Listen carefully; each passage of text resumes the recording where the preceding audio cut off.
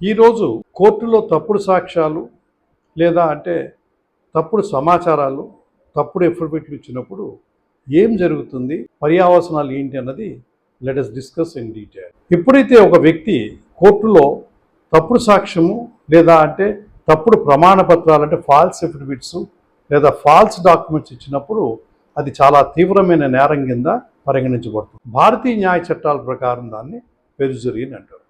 Perjury అన్నది ఏంటంటే ఇప్పుడు మీరు చెప్పిన తప్పుడు సాక్ష్యాలు, తప్పుడు ప్రమాణ పత్రాలు ఎఫిడవిట్స్, ఫాల్స్ ఎఫిడవిట్స్. ఇప్పుడు స్టాట్యుటరీ ప్రావిజన్ ప్రకారం ఏంటంటే ఇప్పుడు ఇండియన్ పినల్ కోడ్ని రీప్లేస్ చేస్తూ భారతీయ న్యాయ సంహిత అని ఒకటి వచ్చింది. అది 2023లో. దాంట్లో సెక్షన్ 229 ఏం చెప్తుందంటే తప్పుడు సాక్ష్యం ఇవ్వడము అని. That is replaced to section 191.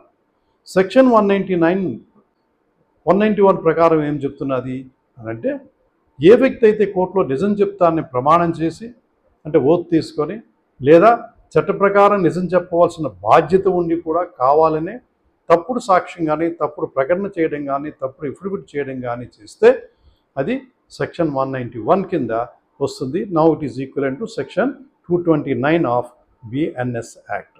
Now let us see section 230 అన్నది BNS యాక్ట్ ప్రకారం తప్పుడు సాక్ష్యాన్ని సృష్టించడము అని. It is equivalent to section 192 of Indian penal code. కోర్టుని కావాలని తప్పుదో పట్టించే ఉద్దేశంతో డైరీలు కానీ, రికార్డులు కానీ లేదా పత్రాలు కానీ, తప్పుడు ఎంట్రీలు రాయడం కానీ లేదా నకిలీ ఆధారాలను సృష్టించడం కానీ చేస్తే సెక్షన్ 230 ఆఫ్ BNS యాక్ట్ ప్రకారం ఆ వ్యక్తి శిక్షకు అర్హుడు. నౌ సెక్షన్ 232 ఏం చెప్తున్నది అది తప్పుడు సాక్ష్యానికి శిక్ష ఏంటి అనేది. ఎవరైతే తప్పుడు సాక్ష్యాన్ని లేదా కావాలని తప్పుడు ప్రమాణ పత్రాలను ఇవ్వడం కానీ ఫాల్స్ ఎఫిడవిట్స్ లేదా ఫాల్స్ డాక్యుమెంట్స్ సబ్మిట్ చేయడం కానీ ఫ్యాబ్రికేటెడ్ చేసి అవి డెత్ సర్టిఫికెట్లను క్రియేట్ చేయడం ఇవి చేస్తే ఆ వ్యక్తి మినిమం 7 years, దాంతోపాటు పెనాల్టీ కూడా ఆయన పైన విధించడానికి అవకాశం ఉంది. That is equivalent to section 193 of IPC. అయితే ఇదేంటి ప్రొసీజర్ ఏంటి, చట్ట ప్రకారం ప్రొసీజర్ ఏంటి? మనం యూజువల్గా ఏం చేస్తామంటే మామూలుగా డాక్యుమెంట్స్ అయితే ఫ్యాబ్రికేట్ జరిగాయి ఇండియన్ పెనల్ కోడ్ ఎర్లియర్లు ప్రజెంట్ BNS యాక్ట్ ప్రకారం పోలీస్ స్టేషన్కి వెళ్ళి కంప్లైంట్ ఇవ్వడం జరుగుతుంది. కానీ తప్పుడు సాక్ష్యం ఎప్పుడైతే కోర్టులో సబ్మిట్ చేశామో అది కోర్టు స్వీకరించి తప్పుడు సాక్ష్యాన్ని నిజమని నమ్ముతున్నది, తర్వాత అది అబద్ధం తేలినప్పుడు ఆ వ్యక్తి మీద మనం ఏ రకమైన చర్య తీసుకోవాలి BNSS సెక్షన్ ప్రకారం 379 అది దాన్ని పెర్జురీ కింద వర్తిస్తుంది. అది earlier act criminal procedure code section 340 ప్రకారం పెర్జురీ పిటిషన్ అంటాము. ఆ పిటిషన్ ఒక వ్యక్తి ఎప్పుడైతే కోర్టులో తప్పుడు సమాచారం ఇచ్చాడో లేదా తప్పుడు సాక్ష్యం చెప్పాడో, తప్పుడు ఎఫిడవిట్ ఇచ్చాడో లేదా డాక్యుమెంట్స్ అవన్నీ కూడా సంబంధించమైన డాక్యుమెంట్స్ అన్నీ కూడా ఫ్యాబ్రికేట్ జరిగాయని తెలిస్తే ఆ సంబంధిత న్యాయమూర్తి ఏ కోర్టులో అయితే ఈ తప్పుడు సాక్ష్యాలు సబ్మిట్ చేసి మనం కోర్టుని దృష్టి మళ్లించి దారి మళ్లించి మనం కోర్టులో అబద్ధాలు చెప్పడం జరిగిందో అప్పుడు ప్రిలిమినరీ ఎంక్వైరీ చేస్తారు. ఈ ప్రిలిమినరీ ఎంక్వైరీ ఎలా జరుగుతుంది కోర్టు వారు ఆ వ్యక్తిని పిలిచి సాక్ష్యాన్ని తీసుకుంటారు. సాక్ష్యాన్ని తీసుకున్న తర్వాత ఇది చాలా ఇష్యూ ఇంపార్టెంట్ అయింది, ఎందుకంటే కోర్టుని తప్పుదో పట్టించారు కాబట్టి దీనిని మనం ఖచ్చితంగా యాక్షన్ తీసుకోవాలని కోర్టు భావిస్తే అప్పుడు కోర్టే స్వయంగా ఒక కంప్లైంట్ తయారు చేసి ఫస్ట్ క్లాస్ మేజిస్ట్రేట్కి పంపిస్తుంది. ఆ ఫస్ట్ క్లాస్ మేజిస్ట్రేట్ ఏం చేస్తారంటే సమన్స్ ఇచ్చి ఆ వ్యక్తిపై క్రిమినల్ విచారణ చాలా సీరియస్గా తీసుకుంటారు. తర్వాత ఇదే విషయాన్ని మనం సివిల్ కానీ రిట్ పిటిషన్స్లో కానీ దీని ప్రభావాలు ఎట్లా ఉంటాయి రిట్ పిటిషన్లో మనం ఎఫిడవిట్లు కానీ, కౌంటర్ ఎఫిడవిట్లు కానీ లేదా సివిల్ కోర్టులో దావాల్లో నిజాలు దాచి అబద్ధాలు చెప్పినప్పుడు కోర్టు చాలా కఠినంగా వ్యవహరిస్తాయి. సత్యదూరమైన హస్తాలతో అన్క్లీన్ హ్యాండ్స్తోని కోర్టుని ఆశ్రయించి ఆ వ్యక్తి పూర్తి నిజాలతోని దాచిపెట్టి రాకూడదు, విత్ క్లీన్ హ్యాండ్స్తో రావాలి. ఎవరైనా ముఖ్య విషయాలను దాచిస్తే సప్రెషన్ ఆఫ్ ఫ్యాక్ట్స్ చేస్తే ఆ తప్పుడు విషయాలని చెబితే ఆ కేసు మెరిట్స్ గుణగణాలను పరిగణన తీసుకోకుండా పరిశీలించకుండా కోర్టు డిస్మిస్ చేస్తుంది, కొట్టివేస్తుంది. కాబట్టి దాన్ని క్రిమినల్ కంటెంప్ట్ కింద తీసుకుంటారు. అంటే కోర్టు ధిక్కారణ అది క్రిమినల్ కింద. కోర్టు ధిక్కారణలో సివిల్ ఉంది, క్రిమినల్ ఉంది.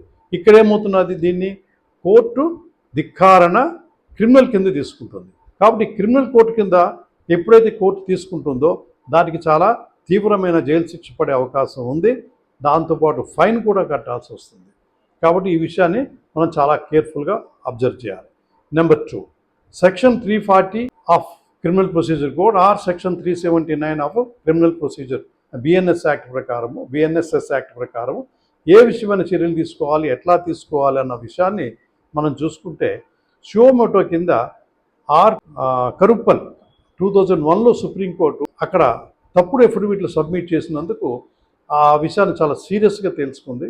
అంటే ఫాల్స్ ఎఫిడవిట్ సబ్మిట్ చేసి కోర్టుని మిస్లీడ్ చేసినందుకు దాని మీద డైరెక్ట్గా అడ్మినిస్ట్రేషన్ ఆఫ్ జస్టిస్ మీద ఇంపాక్ట్ జరిగింది. కాబట్టి court should not hesitate to take and initiate any action under perjury కింద హెజిటేట్ చేయకూడదని చెప్పి కోర్టు వారు చాలా సీరియస్గా తీసుకున్నారు. అలాగే Kishore Samrite versus state of యూపీలో 2013లోని అపెక్స్ కోర్టు ఏం చేసిందంటే సర్టెన్ గైడ్లైన్స్ అని, ప్రిన్సిపల్స్ అని, కాండక్ట్ ఆఫ్ లిటిగెంట్స్ ఎట్లా ఉండాలి ఏంటి అన్న విషయాన్ని ఇటువంటి మిస్లీడ్ చేయకూడదని, అంటే కాండక్ట్ ఆఫ్ ది పార్టీ అంటే కాంప్రహెన్సివ్ ప్రిన్సిపల్స్ని లైట్ డౌన్ చేసింది. ఆ లిటిగెంట్స్ని అంటే వాళ్ళ కాండక్ట్ని ఎట్లా ఉండాలి, అది ఏం చేయాలి, మిస్లీడ్ చేస్తే ఏ రకమైన యాక్షన్ తీసుకోవాలి, సప్రెషన్ ఆఫ్ ఫ్యాక్ట్స్ ఎప్పుడు మెటీరియల్ ఫ్యాక్ట్స్ అయితే లాస్ ఇస్తే అది ఏ విధంగా పరిగణలోకి తీసుకోవాలి.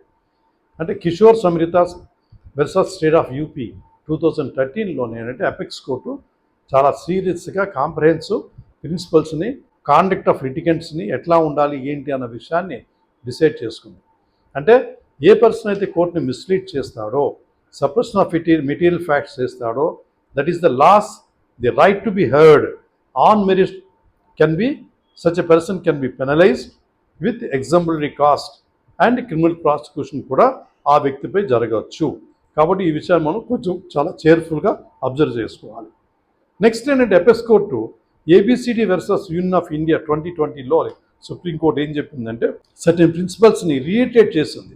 దేన్ని పెర్రీ కసంగరా కేసు, ఆ కేసులో విషయంలో ఏం చేసిందంటే మొత్తం అంతా రీడ్ చేసి సేమ్ ఇష్యూస్ని చాలా తీవ్రంగా తీసుకోవాలని చెప్పింది. అంటే ఏం చెప్తున్నది, ఫాల్స్ స్టేట్మెంట్ ఇచ్చినప్పుడు before court attempt to deceive the court అట్టుపడి ఏంటంటే it amounts to interfere with the administration of justice. కాబట్టి such a person is guilty of contempt of court.